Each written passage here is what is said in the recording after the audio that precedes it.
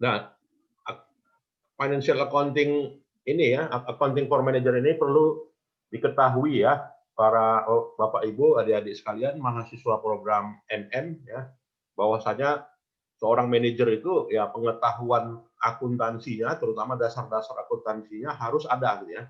Karena terutama program MM ini ya, dengan latar belakang disiplin ilmunya S1-nya dari berbagai apa ya, dari berbagai bidang yang ada ya. Ada teknik ya, ada ekonomi, ekonomi pembangunan, pertanian dan sebagainya. Oke.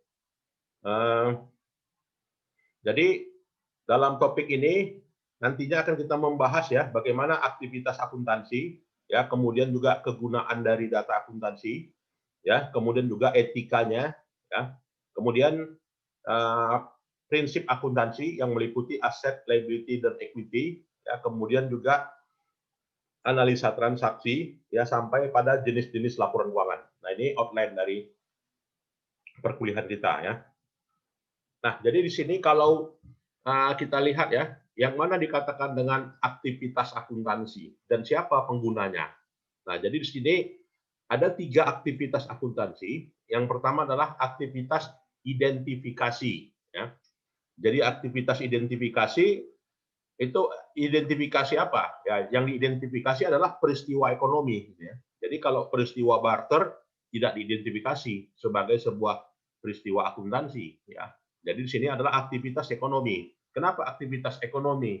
Ya aktivitas yang dalam hal ini menggunakan alat tukar, ya kan? Yaitu mata uang. Ya ada dolar ya atau rupiah. Nah, jadi kriteria akuntansi yang pertama adalah identifikasi. Yang kedua adalah recording, pencatatan. Nah, jadi tanpa adanya pencatatan ya sia-sia namanya identifikasi, ya kan? Tanpa adanya pencatatan ya maka sia-sia yang namanya hitung-hitungan. Ya, jadi cara misalnya menghitung RAP, rencana anggaran belanja.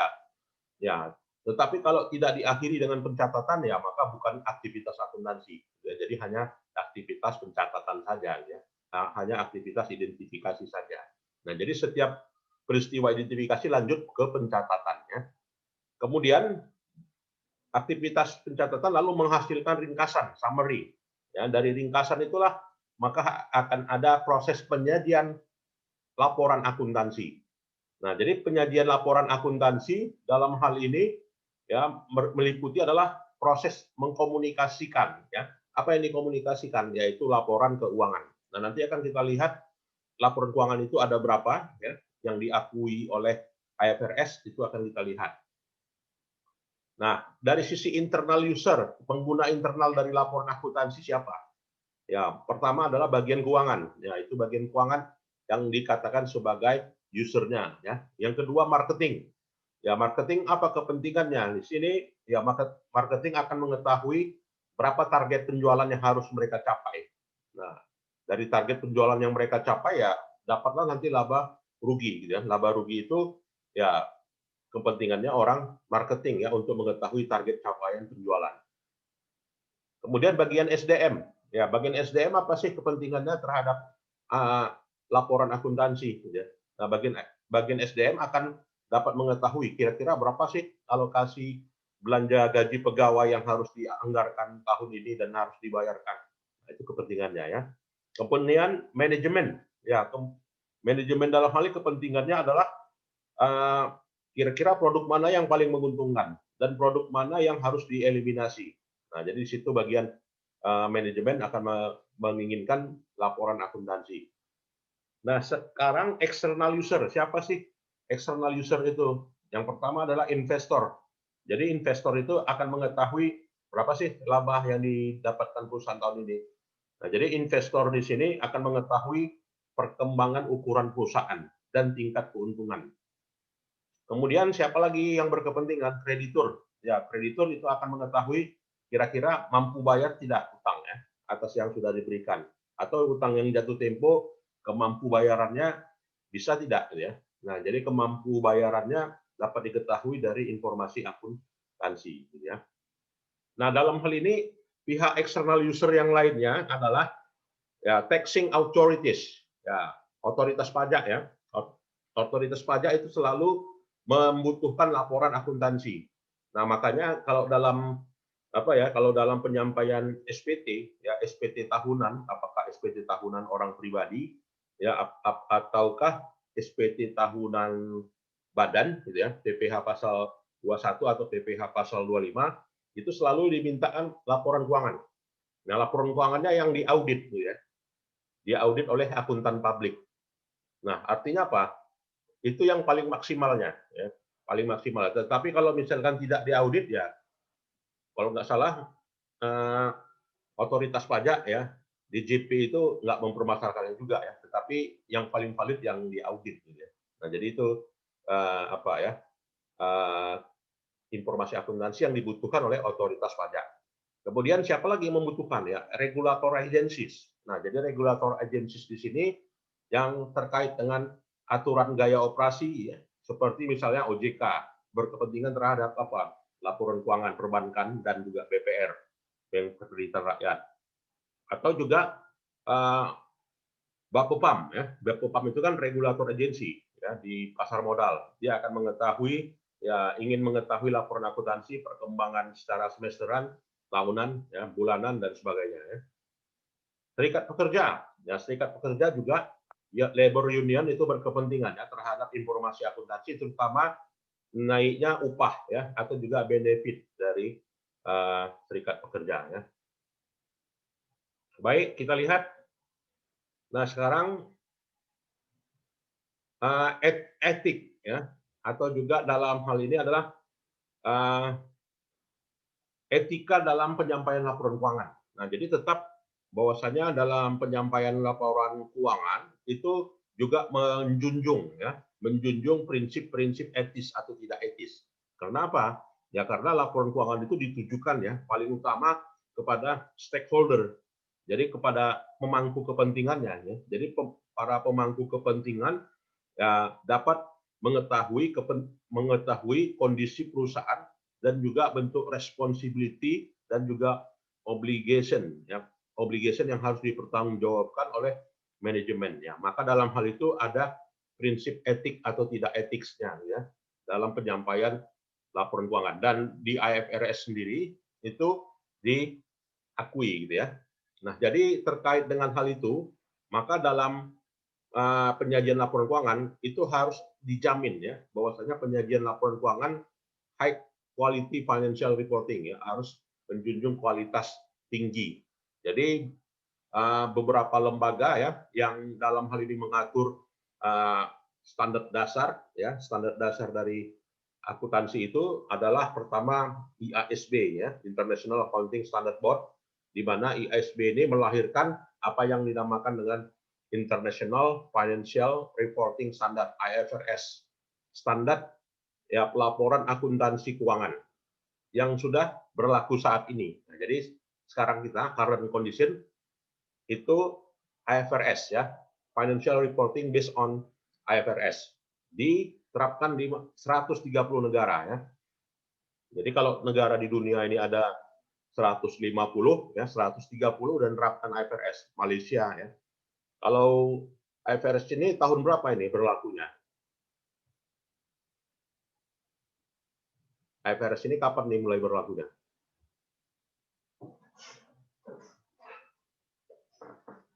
Tahun 2010, ya. Jadi dari start 2010 kita internasional sudah menerapkan IFRS. Kalau dulu belum, gitu ya.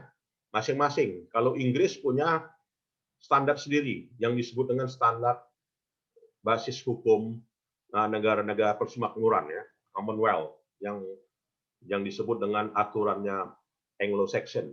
Nah, jadi Malaysia misalnya kan itu ikut cenderung Inggris, ya, atau misalnya Pakistan, ya, itu cenderung ke Inggris. Tetapi kalau Indonesia berkiblat ke Amerika, ya, namanya dulu IAS, ya, International Accounting Standard. Jadi merujuk ke IAS, ya, dan ketika itu misalnya adanya pelaporannya dilakukan di negeri Belanda, ya, maka terjadi perbedaan standar, gitu ya. Maka perbedaan standar itu harus ada harmonisasi yang merujuk kepada aturannya IAS, ya, International Accounting Standard. Nah, sekarang udah nggak ada lagi. Seluruh dunia udah sama ya. Seluruh dunia udah sama. Yang dalam hal ini nama standarnya adalah International Financial Reporting Standard. Hanya 20 negara aja lah yang belum menerapkan hal itu, seperti Korea Utara ya, atau beberapa negara-negara lain yang dalam hal ini belum siap dari sisi penerapannya pada lembaga-lembaga di negara tersebut, gitu ya. Nah, jadi kalau dulu ya namanya FASB ya, Financial Accounting Standard Board. Ya, Standard Board ya, itu yang disebutlah dengan GAAP ya. GAAP, tapi itu dulu gitu ya. Generally Accepted Accounting Standard ya, atau prinsip-prinsip akuntansi yang berlaku umum. Nah, terutama banyak diterapkan di perusahaan-perusahaan Amerika, Coca-Cola ya dan sebagainya. Sekarang enggak, ya sekarang sudah IFRS semuanya.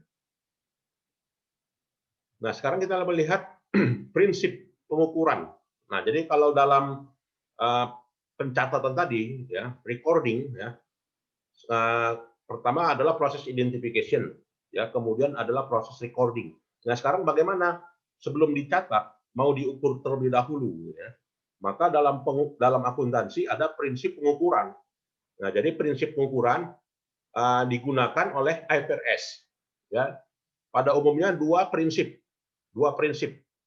Ya, kalau dulu satu prinsip sebelum 2010. Kalau dulu prinsipnya adalah prinsip historical cost stock gitu ya. Artinya prinsip biaya historis. Nah, sekarang 2010 ke atas karena adanya kepentingan dari stakeholder tadi gitu ya, maka ada prinsip yang lain yang namanya prinsip fair value, nilai wajar ya, atau disebut orang dengan nilai pasar. Nah, nilai wajar, nilai pasar itu salah satu prinsip pengukuran selain dari prinsip historis. Ya, kalau prinsip historis memang sudah diterapkan gitu ya. Misalnya kita membeli meja gitu kan. Membeli meja kapan? Membeli meja itu tahun 2019. Harga sebuah meja misalkan 1 juta rupiah. Maka di pembukuan dicatat diakui berapa? Ya, pada saat perolehan ya, pada saat pada saat biaya yang dikorbankan pada saat memperolehnya. Ya, jadi dalam hal itu dicatatlah 1 juta. Berarti pengakuan harga meja senilai 1 juta ya. Nah, itu dikatakan dengan prinsip biaya historis atau disebut dengan cost principle. Jadi pada saat perolehan aset dan juga terjadinya cost itulah yang dicatat. Jadi masalah terkait dengan keberadaan dari aset ya ketika dibeli ya. Jadi ketika dibeli dan disitulah aset itu diakui. Nah, kemudian prinsip yang lain adalah prinsip fair value, nilai wajar. Nah, jadi nilai wajar kapan nilai sebuah aset ya dan nilai juga sebuah kewajiban ya should be report in fair value. Ya, jadi di sini price harga diakui pada saat kewajarannya ya. Jadi kalau meja itu ya karena meja terbuat dari kayu gitu kan. Kalau dulu harganya 1 juta, kalau di pasarnya udah berapa nih? Ya, tentu saja misalnya harga kayu mahal gitu ya. Maka harga wajarnya sekarang 1.100.000, bukan turun malah naik gitu ya. Tetapi kalau misalkan mobil gitu ya, kendaraan ya turun dia disebabkan karena apa? Diukur dengan ya measurement-nya dengan adanya faktor depresiasi sehingga nilai harga perolehannya berbeda dengan nilai fair value-nya. Ya, kalau kendaraannya roda 4 mobil misalnya. Nah, jadi itu yang mendasarinya prinsip pengukuran ya. Kemudian juga dalam pengukurannya itu haruslah harus relevan ya. Relevan itu maknanya apa ya? Relevan itu maknanya adalah bahwasanya laporan keuangan itu sesuai dengan keadaan yang sebenarnya sehingga dalam pengambilan keputusan ya dianggap sebagai laporan yang relevan ya, andal ya. Kemudian disajikan secara factful. Nah, jadi yang paling penting ini menurut saya ya. Artinya laporan keuangan itu haruslah kejujuran ya, sesuai dengan fakta aja yang menggambarkan keadaan yang sebenarnya, faktual ya. Kemudian asumsi akuntansi. Nah, jadi ada prinsip pengukuran ya, kemudian ada asumsi akuntansi. Nah, jadi asumsi akuntansi itu adalah asumsi moneter. Nah, jadi asumsi moneter unit, ya artinya perusahaan ya dalam pencatatannya itu haruslah menunjukkan nilai sebuah item moneter. Ya, sebuah item moneter. Misalnya apa? Kursi tadi diakui berapa? Rp 1 juta. Walaupun tadi kursi ditukar dengan 2 ekor ayam, gitu ya. Ya, tidak bisa sistem barter itu menjadi asumsi. Ya, karena sistem barter bukanlah pengukuran moneter, tetapi pengukuran barter, gitu ya. Jadi yang diakui adalah pengukuran moneter dalam akuntansi. Kemudian adalah economic entity. Nah, jadi economic entity di sini adalah asumsi ekonomik. Ya, artinya ada pihak-pihak yang terlibat, entitas. Ya, jadi entitas itu bisa berupa orang, bisa berupa badan. Nah, jadi kalau bisa berupa orang, bisa berupa badan dan ditunjukkan dalam sebuah entitas yang namanya proprietorship. Apa itu proprietorship? Entitas yang dalam bentuk perusahaan personal, pribadi, keluarga. Ya, itu disebut dengan proprietorship. Kemudian perusahaan entitas yang dalam bentuknya adalah partnership, ya dalam bentuk partner, dan juga perusahaan yang dalam bentuk dipisahkan oleh jumlah saham, corporation. Ya, kepentingan dari pemegang saham dipisahkan oleh jumlah sahamnya. Ya. Baik, berikutnya. Nah, sekarang accounting equation. Nah, jadi dasarnya ilmu akuntansi itu dari persamaan akuntansi, ya, the accounting equation, Bapak Ibu ya. Nah, jadi dalam the accounting equation itu terdiri dari aset sama dengan liabilities dengan ekuitas. Nah, jadi ini harus sama, adanya keseimbangan equation, equal gitu ya. Jadi asetnya 100, maka liability plus equity-nya juga harus 100. Asetnya 50, maka liabilities dan equity-nya juga harus 50. Nah, sekarang apa itu dikatakan dengan aset?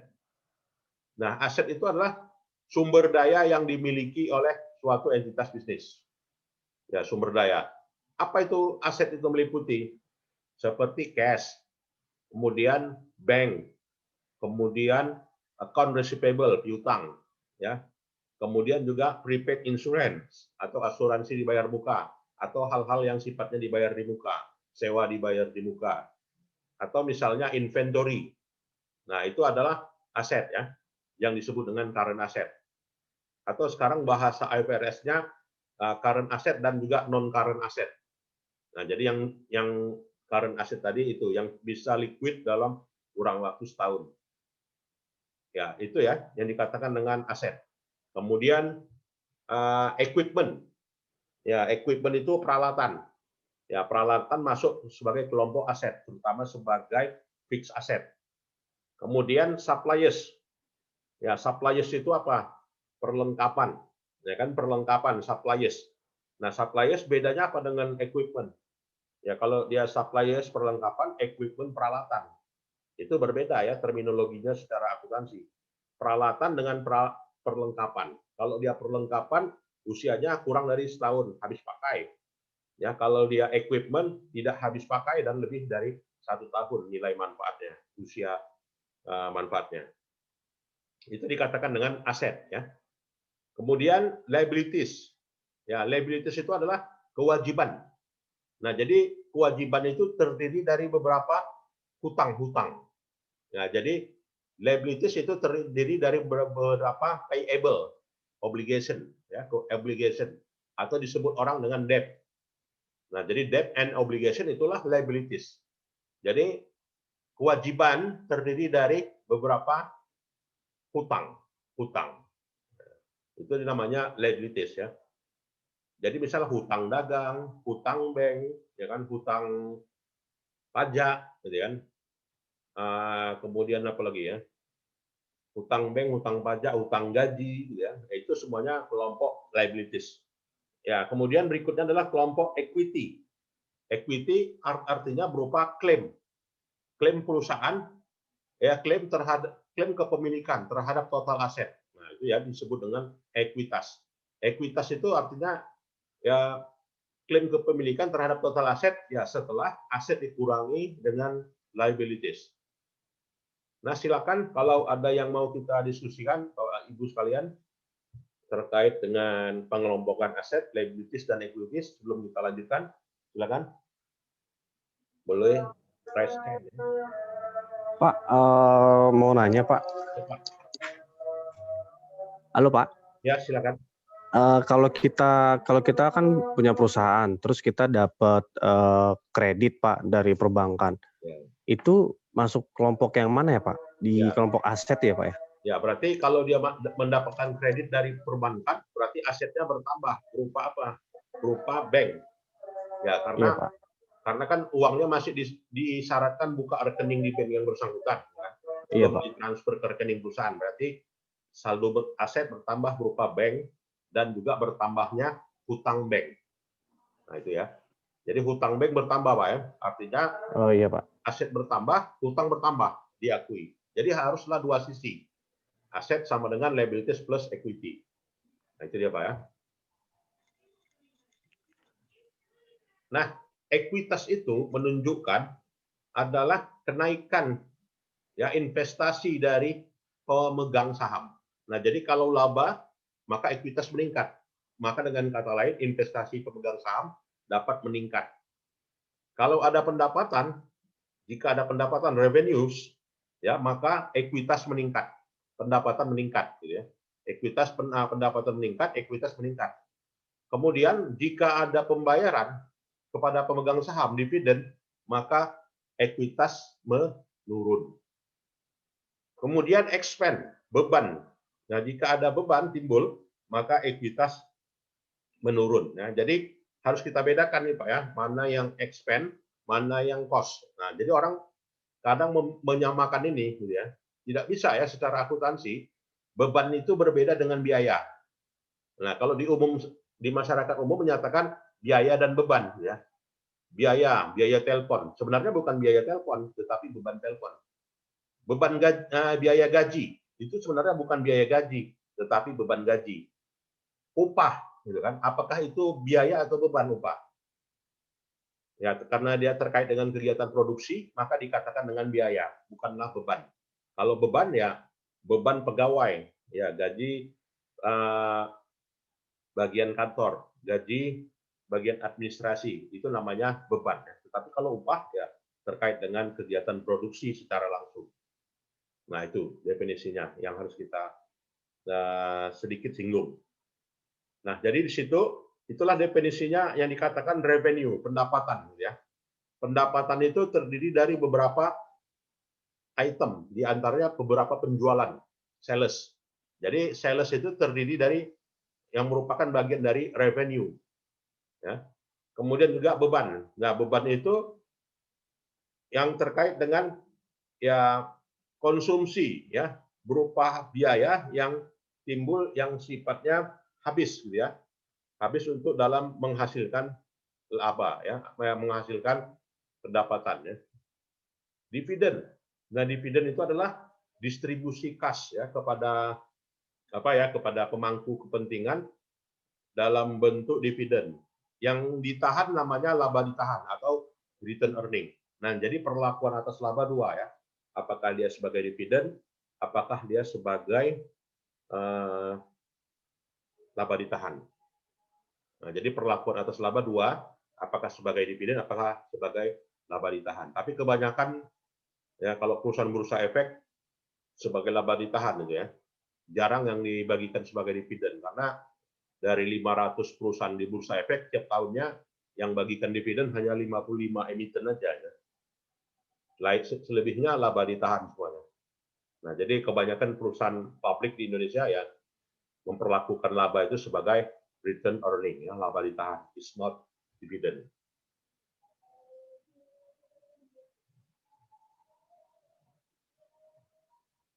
Oke.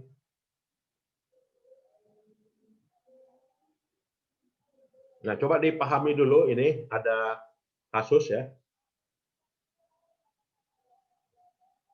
Jadi kira-kira dari perkiraan ini apakah masing-masing itu menurunkan atau menaikkan ekuitas? Nah, silakan dianalisa dulu sambil kita beberapa saat Silakan dianalisa. Apakah rent expense, service revenue, sampai salary wage expense ini increase atau decrease terhadap ekuitas?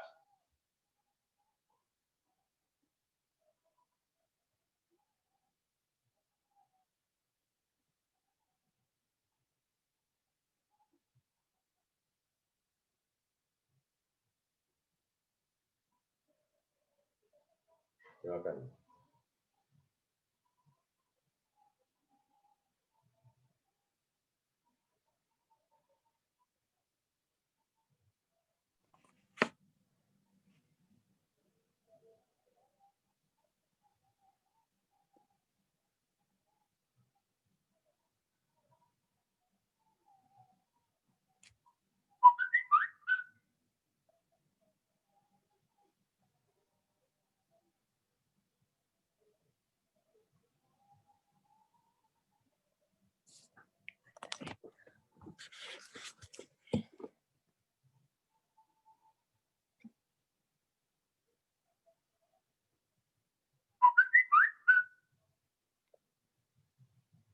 Nah, jadi kalau kita lihat di sini rent expense, ya berarti rent expense ini adalah beban sewa, gitu kan? Jadi kalau dia beban sewa, berarti mengurangi atau menambah ekuitas. Kalau ini timbul, mengurangi ekuitas, ya, ya mengurangi ekuitas. Jadi pemegang saham ya selalu, pemangku kepentingan ya selalu tidak menginginkan adanya expense, karena dia mengurangi ekuitas, gitu ya. Kemudian juga service revenue, apakah increase atau decrease terhadap equities? Increase, Pak. Decrease. Maaf. Increase ya. Increase. Service revenue itu menambah ekuitas. Nah, jadi itu ya. Kemudian dividen. Decrease, dividen menambah atau mengurangi? Mengurangi. Decrease, Pak. Ya, decrease ya. Decrease ekuitas karena dia membayar dividen, ya, membayar dividen dikurangkan dia sebagai pemegang kepada pemangku kepentingan. Dan ingat, dividen itu bukanlah expense, ya, bukanlah beban. Secara apa ya? Kalau kita menghitung laba rugi, dividen itu nggak boleh dibebankan. Ya kan? Kalau dalam pajak gimana?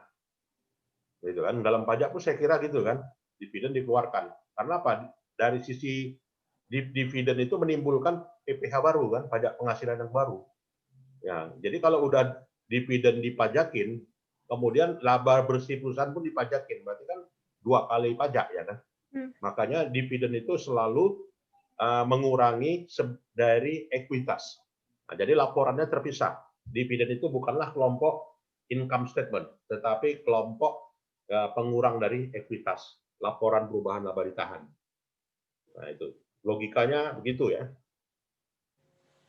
Kemudian salaries and wage expense. Ini apakah menambah atau mengurangi? Mengurangi, Pak. Ya, mengurangi. Decrease. Nah, itulah dia mengurangi beban ya. Setiap katanya ada expense, berarti mengurangi. Apalagi cost.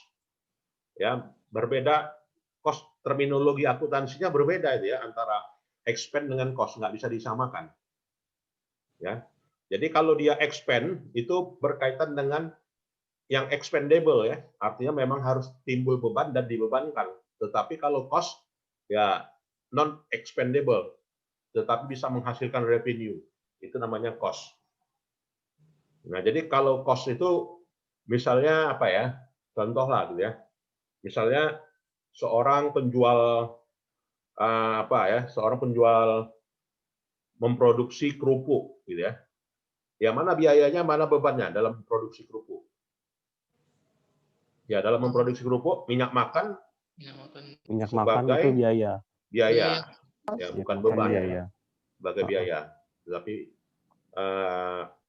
biaya telepon, ya biaya telepon misalnya pemasarannya, nah itu sebagai beban. Ya. Itu membedakan biaya dan beban. Kalau misalnya perusahaan PTP, ya, perusahaan sawit, ya, jadi perusahaan sawit, ya kalau misalnya buruh yang memanen hasil TBS, upahnya, ya, atau gajinya, gitu ya, itu sebagai biaya atau sebagai beban? Sebagai biaya. Biaya. Ya, sebagai biaya, ya, cost itu. Tapi kalau pegawai kantor pusatnya itu disebut dengan beban beban ya. Ya, karena dia tidak terkait dengan kegiatan produksi langsung. Ya, kalau dia berkaitan dengan kegiatan produksi langsung maka dikatakan dengan biaya ya, cost. Sedangkan yang tidak berkaitan dengan kegiatan produksi langsung dikatakan dengan expense, beban.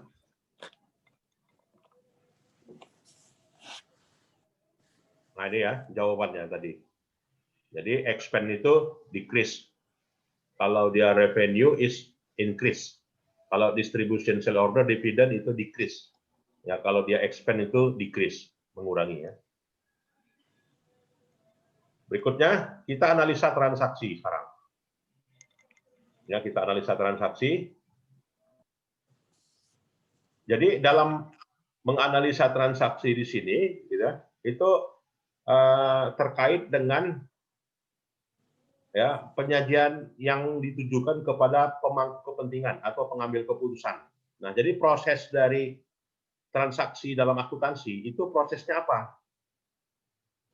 Yang pertama adalah proses journalize. Nah, jadi proses penjurnalan. Makanya dari slide awal ya, akuntansi itu ada 3 aktivitasnya. Ya kan? Pertama adalah aktivitas identification. Kemudian juga aktivitas recording, ya, kemudian aktivitas pelaporan. Nah, jadi di situ inilah dia ketiga aktivitas itu secara khususnya ini. Jadi proses pencatatan disebut dengan jurnal. Nah, makanya sering dikatakan setiap transaksi harus dijurnal berdasarkan pada bukti yang ada. Nah, jadi jurnal ini bisa berupa general jurnal, jurnal umum, atau juga jurnal khusus, special jurnal. Ya, kalau dia jurnal umum, ya transaksi yang bersifat umum. Kalau dia transaksi yang bersifat khusus, jurnal khusus itu ada berapa? Ada pertama sales jurnal, ya, jurnal penjualan. Kemudian ada jurnal pembelian, ya kan? Ada jurnal persediaan, ya, ada jurnal aset, ya. Nah, jadi itu dikatakan dengan jurnal khusus. Ada dikatakan dengan jurnal penyesuaian. Nah, kalau dia jurnal penyesuaian bukan lagi itu masuk pada adjusting entries namanya. Adjusting entries, jurnal penyesuaian. Nah, jadi di situ transaksi itu harus diawali dari jurnal berdasarkan pada bukti yang diukur dengan satuan moneter. Nah, setelah jurnal posting, diposting kemana? Ke general ledger, ke buku besar. Ya, general ledger and buku besar pembantu atau disebut dengan subsidiary ledger. Ya, kapan dikatakan dia buku besar? Kapan dikatakan buku besar pembantu? Ya, subsidiary ledger itu buku besar pembantu apabila transaksinya tidak dapat ditampung oleh general ledger. Misalnya apa? Transaksi penjualan, ya. Itu harus ada buku khusus. Karena misalnya kalau penjualan satu hari ada 1000 kali penjualan misalnya. Ya, mana mungkin itu dicatat di buku besar umum. Harus dicatat di buku besar khusus, buku besar penjualan namanya. Buku besar penerimaan kas, buku besar pengeluaran kas. Tiap hari ada 1000. Ya, kalau misalnya penjual servis misalnya smartphone, ya, usaha smartphone. Itu ya seandainya seandainya ribuan transaksinya maka tidak bisa ditampung di buku besar umum, ya, tetapi buku besar khusus yang disebut dengan subsidiary ledger atau buku besar pembantu. Nah, jadi situ setelah jurnal wajib ke pos. Ya, namanya posting di sini, ya. Posting, istilah bahasa Indonesianya posting. Posting itulah dia ke buku besar. Jadi buku besar itu ada general ledger dan ada subsidiary ledger, buku besar pembantu. Selanjutnya ya dari buku besar ke trial balance, neraca saldo. Ya, jadi berbeda antara neraca saja dengan neraca saldo. Nah, itu tidak bisa disamakan. Trial balance itu adalah neraca saldo. Untuk kepentingan pelaporan kepada pemegang saham, apakah trial balance ini wajib disampaikan? Misalnya pemilik owner, gitu ya, pemiliknya orang Jakarta. Nah, apakah pemiliknya kita sajikan trial balance? Tidak, Pak. Ya, tidak ya. Kenapa? Tidak bisa, Pak. Kenapa tidak? Karena hanya menunjukkan keseimbangan antara aset dengan liabilities ditambah ekuitas, Pak. Ya, karena hanya merupakan alat bantu akuntan, ya kan? Alat bantu aja yang mencarikan keseimbangan ya. Apakah benar imbang, apakah balance atau tidak balance, ya maka alatnya adalah trial balance. Ya namanya juga trial, kan? Trial itu menunjukkan kemungkinan, ya, kemungkinan balance atau enggak. Ya, maka untuk menguji itu diperlukanlah trial balance. Maka pemegang saham nggak boleh disodorkan trial balance. Ya, karena pemegang saham itu apa ya? Menginginkan hanya report, financial reporting. Itu ya, financial reporting. Tetapi kalau misalkan direktur perlu nggak? Direktur umum perlu nggak trial balance sama dia? Perlu, Pak. Ya perlu ya. Kenapa perlu? Untuk melihat kinerja. Ya karena trial balance itu ya orang internal, ya manajer itu ya internal ya. Direktur itu orang internal. Jadi direktur bekerja untuk kepentingan pemegang saham. Nah, jadi direktur itu memerlukan trial balance ya. Kalau diperlukan gitu kan. Relevan ya, artinya memungkinkan ya untuk mengukur kinerjanya akuntan. Benar nggak yang dibuat oleh akuntan? Nah, jadi seorang manajer itu ya Bapak Ibu sebagai manajer nantinya bisa melihat juga mana trial balance-nya. Kalau disusun manual ya. Tapi kalau ini proses komputerisasi seperti saat ini gitu kan, ini nggak terlihat lagi. Tetapi reportnya ada. Ya kalau era komputerisasi seperti sekarang, era apa iCloud kata orang ya, iCloud gitu ya, itu input jurnal langsung jadi report gitu kan. Jadi nggak terlihat lagi yang mana postingnya, yang mana trial balance-nya, itu kan. Jadi langsung reporting, langsung laporan keuangan. Nah nanti laporan keuangan itu ada 5, akan kita lihat. Ya berikutnya adalah adjusting entries. Nah nantinya ada topik kita di slide yang keempat atau kelima ya, adjusting entries. Apa kriterianya kalau ada adjusting entries itu? Ya, kemudian ada neraca saldo setelah penyesuaian. Jadi setelah di jurnal penyesuaian, lalu ada neraca saldonya. Nah, jadi neraca saldo itu memungkinkan setiap proses penjurnalan. Apakah dia di jurnal umum? Ya, setelah jurnal umum akan muncul neraca saldo. Ya, kalau setelah jurnal penyesuaian ada lagi neraca saldo. Gitu kan? Jadi neraca saldo itu melihat alat bantu akuntan untuk melihat apakah laporan financial statement itu balance atau tidak. Nah, jadi tertuang di financial statement. Mungkin masih ingat ya kalau ada yang lulusan SOS dulu kan, IPS atau SMEA ya, itu kan ada pelajaran pembukuan ya kan. Jadi kalau pelajaran pembukuan itu ini pakai buku panjang gitu kan. Jadi pakai buku panjang yang melihat laporannya ini balance atau enggak ya. Jadi kalau enggak balance ulang lagi dari awal atau dicoret lagi. Jadi ditipek lagi ya, mana yang apa ya, mana yang salah jurnal. Jadi biasanya trial balance ini menunjukkan sebuah jurnal itu benar atau tidak. Nah, jadi itu ya. Kemudian lahirlah financial statement. Jadi financial statement itu ada 5. Nanti kita singgung ini di akhir. Yang pertama adalah income statement, ya laba rugi, ya kan. Yang kedua adalah return earning statement, ya laporan laba ditahan, ya kan. Yang ketiga adalah statement of financial position, ya laporan posisi keuangan perusahaan. Yang keempat itu adalah cash flow statement, laporan arus kas.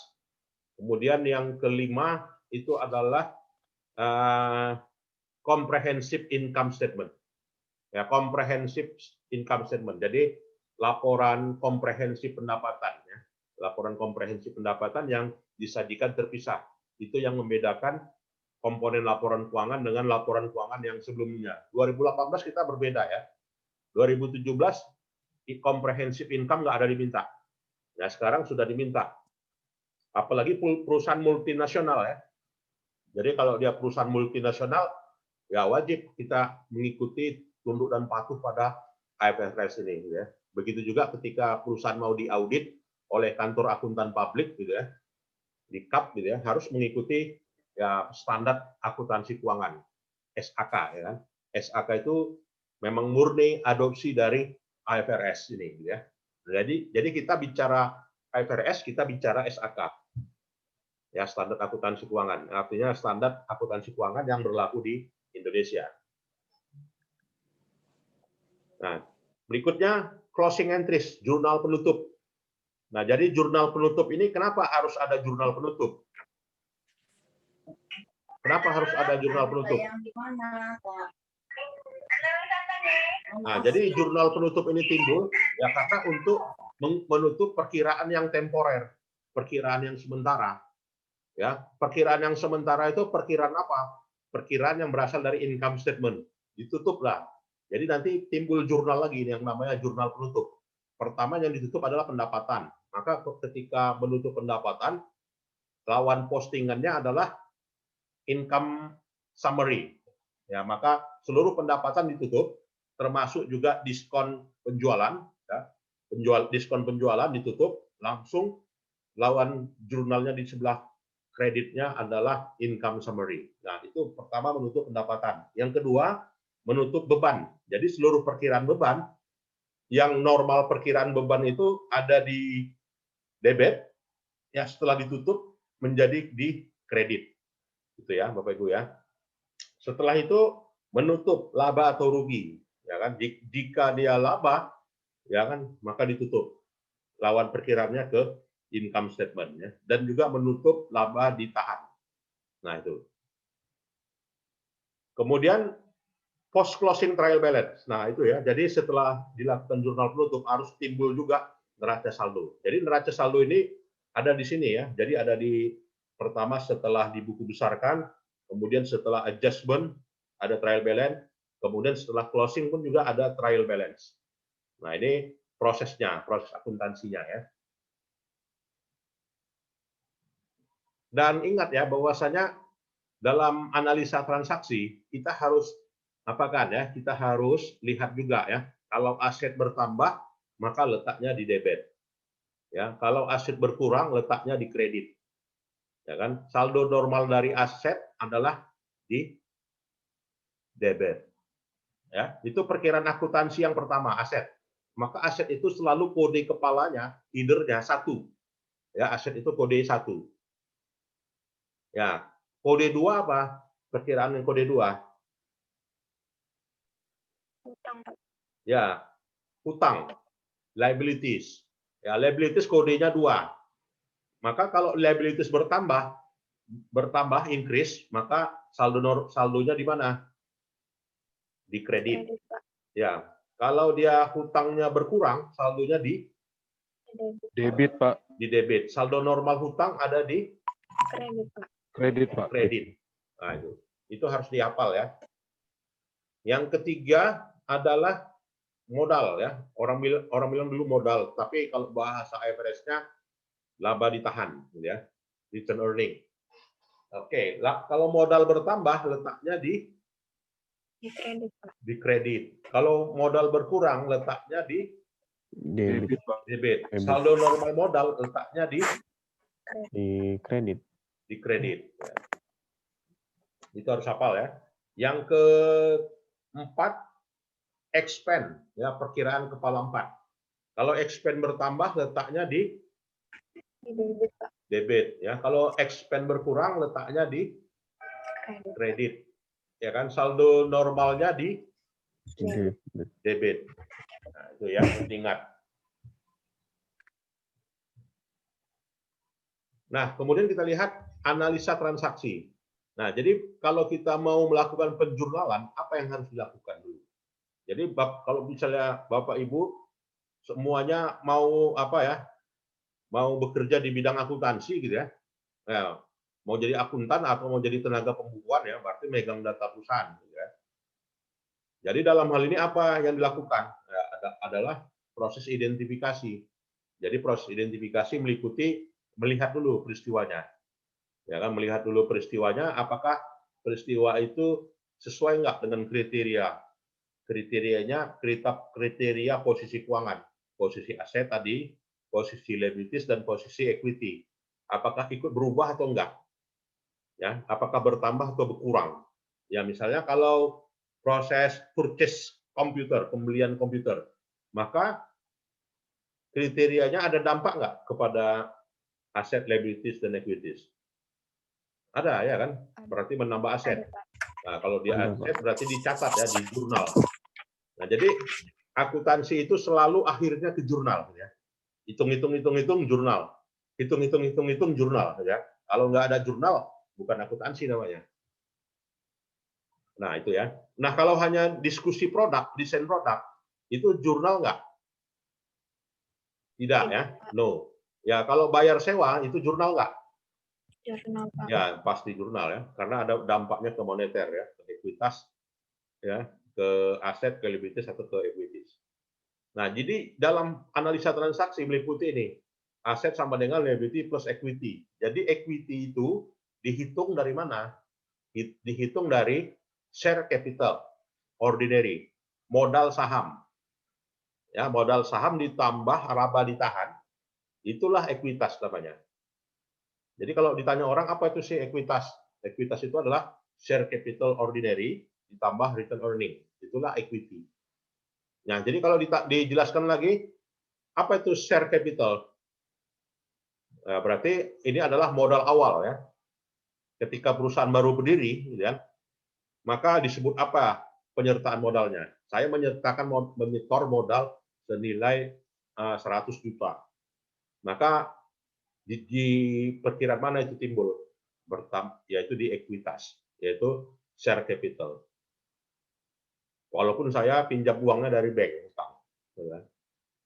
Kemudian return earning, laba ditahan. Dari mana itu laba ditahan? Laba ditahan itu adalah revenue dikurang expense dikurang dividen. Itulah return earning. Silakan kalau ada yang mau kita diskusikan. Cukup jelas? Izin bertanya, Pak. Ya, silakan, Pak. Tadi kalau yang untuk diskusi kan berarti yang nggak masuk ke liabilitas tadi kalau diskusinya sama customer, Pak. Kalau dia diskusinya bareng sama konsultan yang bayar gitu, Pak, berarti masuk liabilitas. Nah, kalau dia hanya sekedar diskusi, tapi tidak ada pembayaran, nah di situ ya. Tidak ada pembayaran, misalkan diskusi dengan konsultan, dibayar konsultannya, dibayar kapan? Dibayar besok. Ya, kalau dibayar berarti ada dampak. Dampaknya ke mana? Ke aset. Nah, ke aset berkurang uang kas. Karena bayar konsultan, misalkan konsultan hukum kan, konsultan hukum kan gitu ya, dia nggak mau ngomong itu, kalau ngomong bayar, ya kan konsultan hukum itu bayarnya besok atau bayarnya cash di hari itu. Ini Pak, dihitungnya 1 jam atau 2 jam, 1 jam 5 juta, ya kan? Maka diskusi itu mengeluarkan aset ya, kas berkurang ya, maka catat. Tapi kalau hanya diskusi aja sambil minum kopi, gitu kan, nggak ada pengeluaran kas atau nggak ada berdampak terhadap aset, liability plus equity, no entries ya, don't record namanya. Jadi ya Pak ya. Artinya ada tindak lanjut bayar membayar ya, maka masuk ke pencatatan, harus dicatat ya. Jadi peristiwa ekonomi yang berdampak terhadap aset, liability plus equity harus ada penjurnalan ya. Nah, inilah. Baik, kita contohkan transaksinya. Yang pertama ya. Ray and Barbara itu memulai usaha pengembangan smartphone. Ya, pengembangan perusahaan smartphone, mereka membentuk perusahaan yang namanya Softbit SA. Tanggal 1 September 2020, mereka menginvestasikan uang kas senilai 15.000, di mana 15.000 itu sebagai penyertaan modal kepada perusahaan yang namanya Softbit SA. Maka dampaknya kepada perkiraan persamaan akuntansi bagaimana? Ya, dampaknya adalah kas masuk 15.000. Di sisi lain diakui ekuitas 15.000 karena pendirian perusahaan. Nah, itu ya. Ada yang mau diskusikan terkait dengan transaksi ini? Silakan. Lanjut. Ya. Yang kedua, aset Ya, jadi di sini ada apa ya? Ada pembelian. Diasumsikan Softbit SA tadi yang merupakan perusahaan, ya perusahaan artinya jual beli komputer itu membeli equipment nilainya 7.000. Berarti equipment itu apa? Kursi, meja, gitu kan? Kipas angin, itu kan equipment namanya. 7.000. Maka dampaknya kemana? Bayarnya 7.000 cash. Maka uang kas berkurang 7.000. Di sisi lain equipment bertambah, ya kan? Karena kursi meja masuk ke kantor 7.000. Berarti total aset berapa? 8.000 sisa. Ya, di sini kita lihat ada garis ya. Jadi kalau nggak ada garis, setiap harinya harus ada garis yang disebut dengan single accounting. Nah, jadi bahasa pembukuannya namanya single accounting. Tapi kalau misalkan akhir bulan, maka garisnya dua, yang namanya double accounting. Nah, jadi single accounting dengan double accounting. Excel pun mengakui itu. Oke. Ada yang mau kita diskusikan transaksi kedua? Enggak, tidak ada ya. Lanjut. Ya, kemudian di Softbit SA membeli headset. Ya, membeli headset dan juga aksesoris komputer untuk beberapa bulan nilainya 1.600. Jadi perusahaan Softbit ini menagihkannya di bulan Oktober. Nah, jadi ini bulan September, bulan Oktober pembayarannya 2020 gitu kan. Maka dampaknya bagaimana? Ya, timbul hutang ya kan? Karena kan dalam hal ini 1.600 bill. Nah, to this bill. Berarti kan kalau dia bill itu kan tagihan ya, yang ditagihkan di bulan Oktober. Nah, jadi di bulan Oktober itu berarti hutang lah transaksi itu. Ya. Maka supply 1.600, kemudian liability 1.600. Ya, jadi totalnya harus ada single accounting-nya ya. Jadi di sini tiap hari harus ada transaction 3 ya single accounting. Jadi ini 16.600 aset ya. Liability berapa? 16.600. Kalau ini tidak seimbang, salah. 0 nilainya. Ya, kalau saya ujian gitu kan, mahasiswa kalau ini nggak seimbang udah 0 saya kasih, walaupun dia nulis. Gitu. Upah nulis nggak saya berikan. Nah, itu akuntansinya, karena ya memang harus gitu kan, seperti itu. Ya. Yang keempat, service forecast. Nah, jadi sini Softbit SA menerima uang 1.200 cash ya dari pelanggan. Jadi bedakan juga kalau dia terimanya 1.200 on bank katanya kan, berarti masuknya ke bank rekening. Ya, maka dicatatlah itu. Maka dicatat bertambahnya kas. Kalau dia bank berarti di sini bank. Ya. Kemudian diakui bertambahnya ekuitas ya, revenue 1.200. Jumlahnya sama, 17.800, 17.800. Silakan kalau ada yang mau diskusi. Cukup jelas? Ya, jelas ya. Kemudian transaksi yang kelima, purchase advertising. Ya, purchase advertising on credit.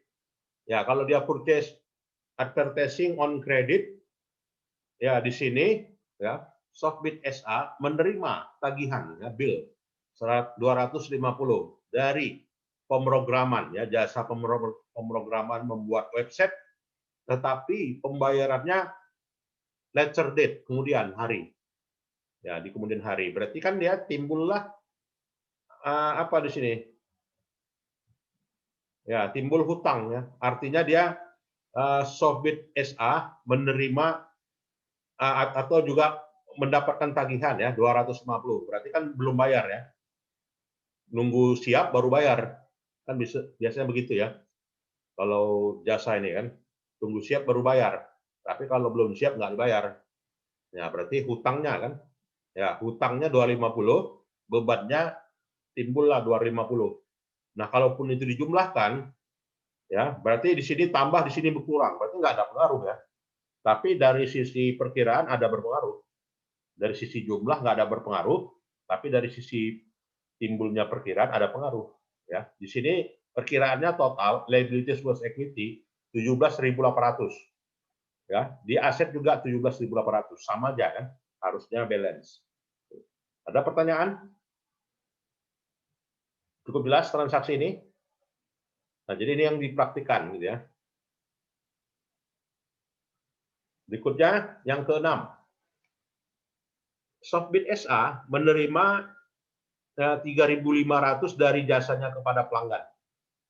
Ya, tetapi dalam bentuk realisasi kas dia hanya baru terima 1.500 dari pelanggan dan sisanya 2.000 akan menjadi tagihan di bulan berikutnya. Maka transaksinya adalah ya dia terima uang kas 1.500 berarti cash 1.500. Oke.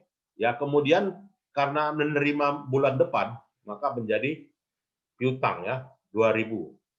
Oke, dan juga laba ditahan timbul ya 3.500 atau timbulnya pendapatan ya. Timbulnya pendapatan di sini. Jumlah 21.300 ini 21.300. Ya, silakan kalau ada yang mau diskusikan ini. Artinya pembayarannya 2 kali gitu ya. Bulan ini terima dulu 1.500, bulan depan 2.000 gitu ya. Silakan kalau ada yang mau diskusi. Jadi Pak, untuk pembayaran parsial, pencatatannya setiap bulannya gitu ya Pak ya? Ya, dan pembayaran parsial ya setiap bulannya.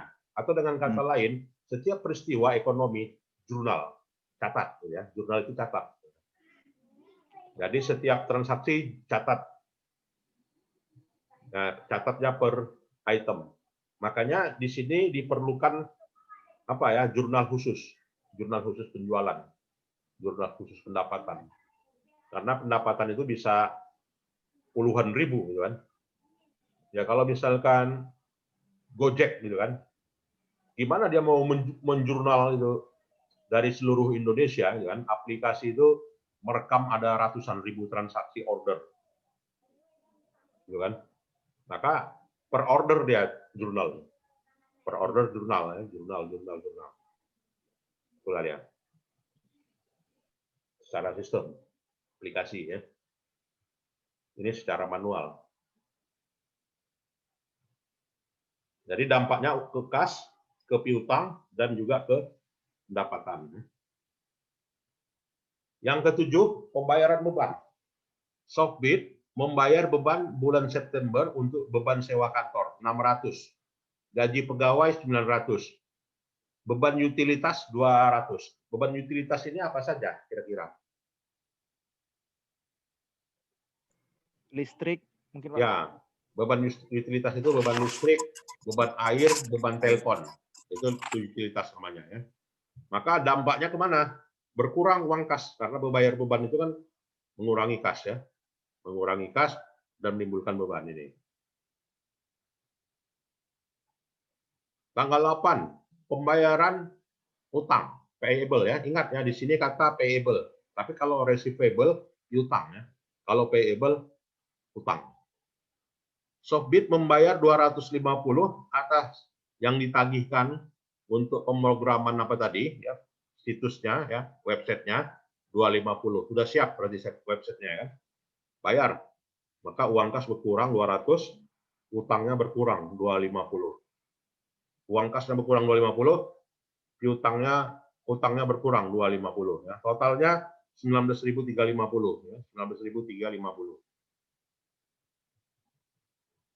Ada yang mau diskusikan untuk ini? Transaksi 8? Cukup jelas ya. Baik, transaksi yang ke-9. Menerima cash on account. Nah, jadi menerima cash, Softbit menerima 600 ya dari pelanggan. Di mana itu merupakan yang ditagihkannya sebelumnya. Maka dampaknya kemana? Ke uang kas bertambah 600, di mana kas itu sebagai aset, dan juga berkurangnya piutang ya, sebesar 600. Ya, totalnya 19.350 dan ini 19.350. Yang ke-10, dividen. Nah, jadi di situ kita lihat dividen itu selalu kalau di persamaan akuntansi dia mengurangi ekuitas ya, mengurangi ekuitas. Jadi di sini asetnya 18.050 dan 18.050 dan juga liabilities plus equity-nya 18.050. Dia sebagai dividen sini. Jadi bukan kelompok expand ya. Jadi nggak boleh dia di-expand-kan dividen itu. Jadi kalau misalnya Bapak Ibu sebagai manajer di kantor, ya, bayar dividen kepada pemegang saham, ya misalnya, itu dia sebagai dividen ya, pengurang, jadi bukan di-expand-kan. Nah ini, apalagi kita punya usaha sendiri, gitu kan, punya usaha sendiri, kemudian join sama teman, ya kan, misalnya kan buka usaha ayam penyet, buka usaha kafe, gitu kan, buka usaha kafe. Nah ini harus kita terapkan seperti ini. Ya makanya kan pemegang saham, teman yang menginvestasikan saham akan berharap kan modalnya itu kembali dalam berupa dividen. Nah ini harus dipertimbangkan pencatatan ini. Oke, diharapkan dividen dapat. Ya. Nah jadi resumenya inilah. Nah, jadi berapakah aset perusahaan? Dari sisi persamaan akuntansi, aset perusahaan adalah 18.050. Liabilities plus equity-nya 18.050 ini. Ya. Cukup jelas? Ini resumenya. Nah, jadi di sini ada garis 2. Ini ada garis 1. Garis 2 inilah yang dikatakan dengan double accounting. Ya, final berarti ya, habis. Final. Oke ya. Nah, sekarang kita lihat ini transaksi kasus ya. Firmary NCO, perusahaan akuntansi yang berbasis di Prancis. Pada bulan Agustus 2020 menunjukkan perkiraan sebagai berikut. Perusahaan menerbitkan saham biasa, nilainya 25.000. Nah, jadi dampaknya ke persamaan bagaimana? Di aset bertambah, Pak. Aset Berupa di apa? pada kas bertambah 25.000. Ya. Kemudian di equity sebagai modal ya Pak bertambah 25.000. Shareholder bertambah 25.000. Ya, betul. Jadi uang kas cash bertambah 25.000 dan shareholder bertambah ya 25.000. Jadi tepatnya di sini. Cash-nya 25.000, ya kemudian share capital ya atau shareholder itu 15.000. 25.000 ya. Transaksi yang kedua, perusahaan membeli 7.000 peralatan kantor secara kredit. Dampaknya ke accounting equation perusahaan bagaimana? Di asetnya bertambah, Pak. Ya, berarti asetnya bertambah berupa equipment office.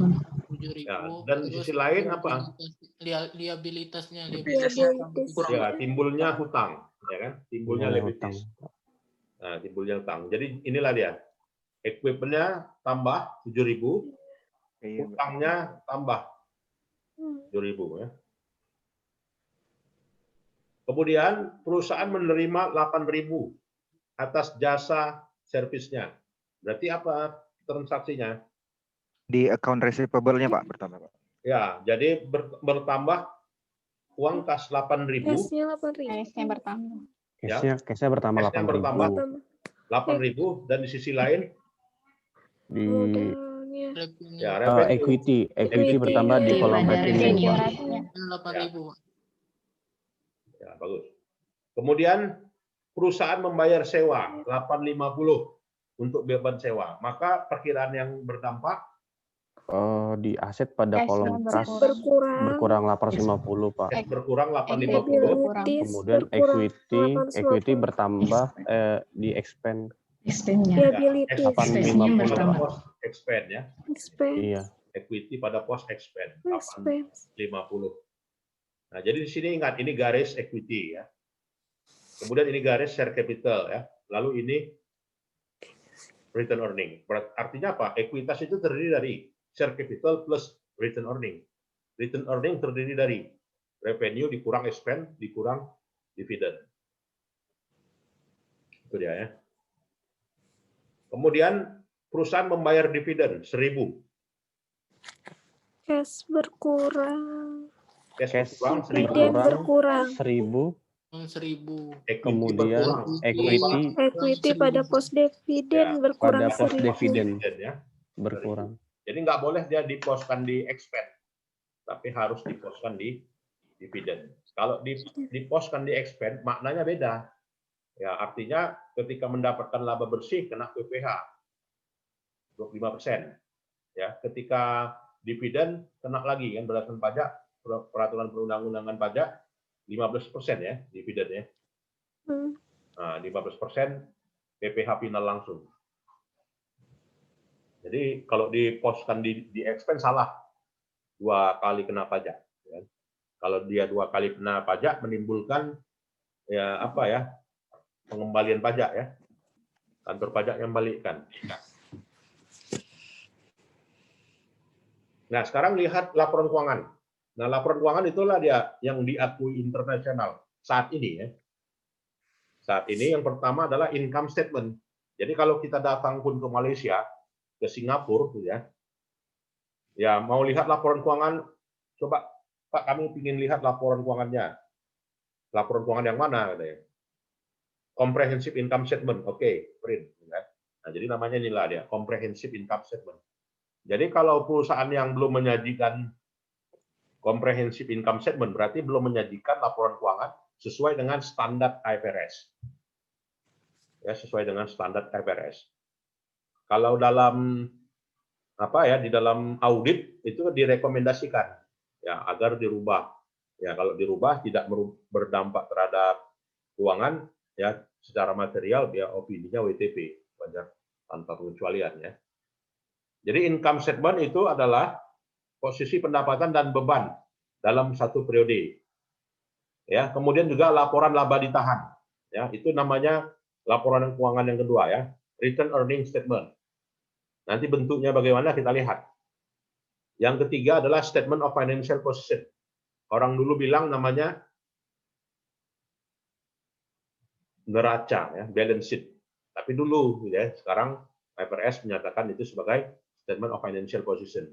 Sebenarnya tahun 70-an pun juga namanya statement of financial position ya. Cuman dalam hal ini lebih spesifik lagi ya, lebih mendalam lagi ya sehingga IFRS mengembalikan istilahnya statement of financial position ya. Kemudian yang keempat statement of cash flow. Ya, laporan arus kas. Kalau saya nguji mahasiswa S1 gitu kan. Ini saya uji gitu ya. Laporan keuangan ada berapa ya? Ya, kalau dia nggak tahu nilainya berkurang gitu ya. Bisa nggak lulus gitu ya. Nah, ini bagi S1 akuntansi ya memang harus menguasai gitu ya. Kemudian yang kelima, comprehensive income statement. Nah, jadi di sini comprehensive income statement sebenarnya udah ada yang ada di income statement ya.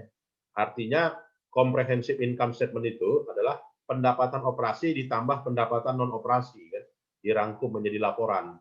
Namanya comprehensive income statement. Jadi yang peristiwa reguler maupun juga peristiwa yang ordinary masuk di comprehensive income statement. Misalkan apa? Perusahaan investasi pada sekuritas gitu kan. Lalu mendapatkan gain. Nah, gain itu dilaporkan terpisah di laba rugi di yang namanya comprehensive income statement. Perusahaan mengalami kebakaran, ya kan? Kebakaran menyebabkan kerugian, ya kan? Kerugiannya apa gitu ya? Disajikan sebagai pos rugi. Jadi, maka masuk dalam comprehensive income statement. Ya, perusahaan menerbitkan saham, sahamnya mengalami kenaikan harga yang luar biasa. Maka kenaikannya, gain-nya dimasukkan di mana? Di comprehensive income statement. Sebenarnya udah ada di income statement, tetapi income statement itu nggak menjanjikannya secara khusus menjadi laporan ya. Nah, jadi inilah bentuknya. Jadi dalam menghasilkan laporan keuangan, yang pertama adalah income statement dulu, yang isinya revenue dikurangi expense, dapat net income. Ya, revenue dikurangi expense, dapatlah net income. Jadi apa ya? Jadi tidak return earning terlebih dahulu yang lahir, yang menjadi laporan. Jadi income statement dulu dari sisi akuntansinya ya. Dari kalau kita secara sistemnya ini kita nggak ketahui gitu kan. Kalau udah di input di accurate counting di apa lagi ya, di aplikasi Oracle atau SAP kan, kita nggak peduli lihat mana lagi. Tapi kalau prosesnya manual, ya buatnya manual, ya berarti income statement dulu yang lahir ya. Yang kedua adalah return earning, laba ditahan. Jadi laba ditahan awal ditambah net income, dapatlah kemudian juga dikurangi dividen, dapatlah laba ditahan akhir. Nah, itu namanya return earning statement. Dan lalu dari return earning statement itu masuk ke mana? Ke statement of financial position. Nah, jadi sini aset ditambah ekuitas. Nah, ekuitas itu isinya shareholder equity ya ditambah dengan apa tadi? Return earning. Nah, jadi masuk ya. Kemudian juga setelah itu statement of cash flow. Jadi statement of cash flow isinya adalah aktivitas arus kas. Ya, apakah dia dari aktivitas operasi, apakah dari aktivitas pendanaan, dan juga dari aktivitas investasi. Ditambah dengan saldo kas awal periode. Dapatlah saldo kas akhir periode yang disajikan di statement of cash flow. Dan nilainya sama ya dengan posisi kas yang ada di statement of financial position. Nah, jadi hubungan antara statement of cash flow dengan statement of financial position itu hubungannya. Ya. Silakan kalau ada yang mau diskusi. Cukup jelas? Ya, lanjut. Nah, jadi itu ya income statement isinya. Ya, ya return earning isinya ini. Statement of financial isinya ini ya. Statement of cash flow isinya ini. Comprehensive income statement isinya ini. Jadi comprehensive income statement itu ya pecahannya dari laba rugi ya, dari income statement.